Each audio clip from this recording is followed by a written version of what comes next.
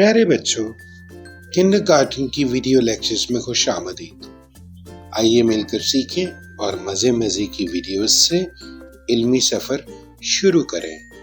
بچوں، حروف تہجی کے حرف زال کی کہانی سنتے ہیں، اس کی تصویر دیکھتے ہوئے جس کی آواز ہوتی ہے ز۔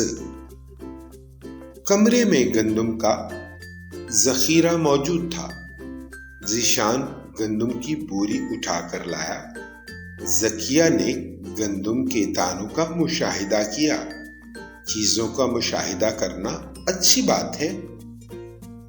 ز ذخیرہ، ز ذرے، ز ذہب، ز ذکیہ، ز ذیشان، ز ذائقہ۔ پیارے بچوں، ذرا سوچئے اور بتائیے ذہب کیا ہوتا ہے؟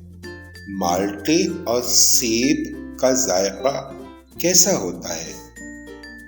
کل کے سبق میں دوبارہ ملاقات ہوگی۔